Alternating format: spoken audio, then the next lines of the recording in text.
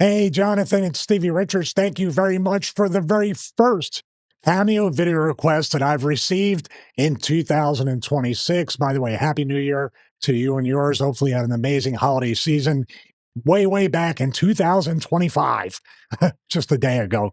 But hopefully, everybody you love and care about, as well as yourself, had an amazing holiday season, and 2026 will be even better as I address the most competitive, insanely competitive, intense pickleball league that you're a part of, which it seems like you are the Philip Rivers of pickleball. You are the trash talker. And of course, these are your friends. So these are your boys or, your friends.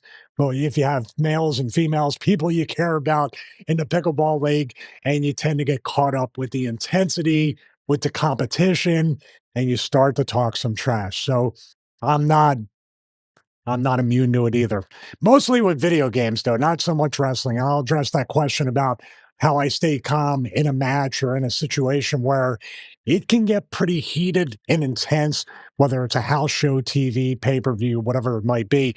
But video games, oh man, I've throughout the generations of the original Xbox, PS1, all the way up to now with the Xbox Series X, the PS5, even I have a Steam Deck OLED. Thank God I've been through more controllers than I care to admit. But as they've raised the prices, it wasn't me calming down or becoming more mature or less competitive or less intense as I play, say, Madden, college football, or even these first player games where I have to basically get right up to just before the checkpoint where I have that save and I've played for like 25, 30 minutes over and over again. I get right up to the edge and then I end up dying and I have to go all the way back. And I am so angry. I'm so pee off. But the fact that these controllers now, I haven't checked in a few days. Last time I checked, a PS5 controller was like on sale for like 75 bucks. That would be enough for me to not have my temper, my competitiveness, my intensity come out. If anything, I get up, put the controller down, start hitting the punching bag or something, and then go back to playing the game. Now, as far as pro wrestling, I'm going to give you some advice on how you guys in the pickleball league can probably, or yourself especially, Jonathan, can kind of stay calm during the intense competition. But with pro wrestling, it was always about, the intensity. There was bad feelings or finishes or spots didn't go right, or you just didn't have that chemistry, or it was just somebody you knew was trying to go into business for themselves, as we would say in the wrestling business. But I would always be like, well, you know what? Hey, this is going to be a real fight. This is not why I got into the business.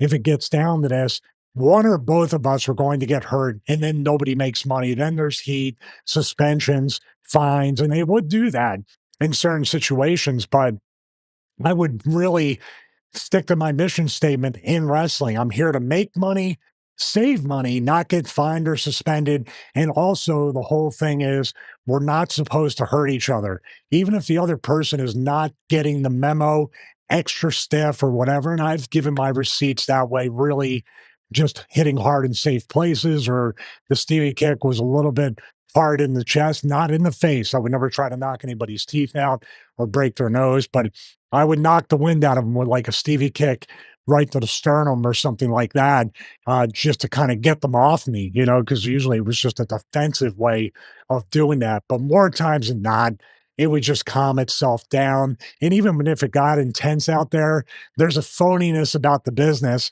where after all of that, you go back in your own grill or the backstage area. Hey, how was it? Oh, thank you very much. Everything was great. You just lie and say, get the heck away from me. So that's the way I dealt with it. I was just trying to get in, get out, make my money, and get away from these scumbags. That's the way I thought whenever I dealt with people like that. And it pretty much served me well. Internally, the Philly in me, I'm from South Philly. Oh, I had to grit my teeth a little bit, but it was just like the grin effing, if you know what I mean. So now back to you, Jonathan, and your problem, your temper, and how you could trash talk. What I would do, and if it's more than one person that has this issue and feels bad afterwards, which tells me you're still friends with these people, you care about them, but you just get caught up in the trash talk. And maybe it's friendly, it goes a little far, a little personal. Your mom, your dad, your girlfriend, wife, sister. And that would probably be the first thing I would do is kind of eliminate all those personal things and keep it right to, dude, you just suck at pickleball. Dude, how did you even get onto this court? Are you sure you didn't waste your money on that racket?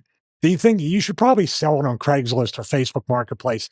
That type of friendly banter, I don't think it's so bad. And if you guys have regular meetings or meetups, or even before you play or after for the next game or tournament, you lay down those ground rules and you just say, this is just the way it is. Much like in wrestling, when you kind of promo on each other and you say, "Hey, can I talk about this?" Yeah, yeah, just you really just shoot on me, just say whatever you want. And funny part about that is when when the person would say it to me and then I would do it, they would have this face and come backstage and go, "Man, I didn't think you were going to talk about that." And I go, "So you told me I could talk about anything, and I told you you can talk about anything you wanted." Very weird stuff, but I would definitely lay ground rules like that, and also maybe just apologize previous, "Hey, I might get caught up with this, but I know I'm not just gonna talk about your mom, your dad, your kids, or whatever," and everybody has that understanding.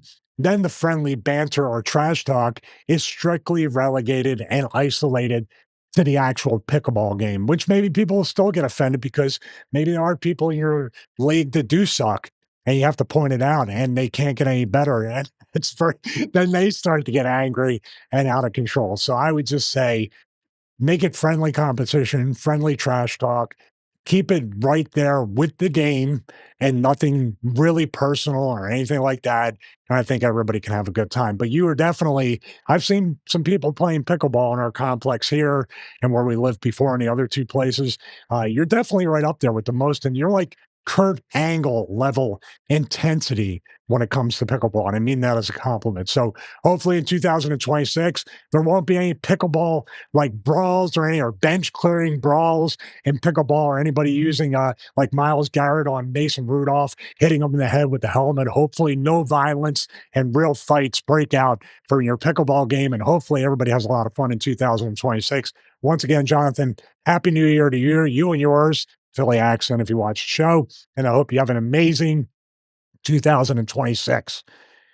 Man, I now don't remember. It's got to be about $1,000 worth of controllers. Thanks for the reminder, Jonathan, that I've destroyed so many controllers in my video game career.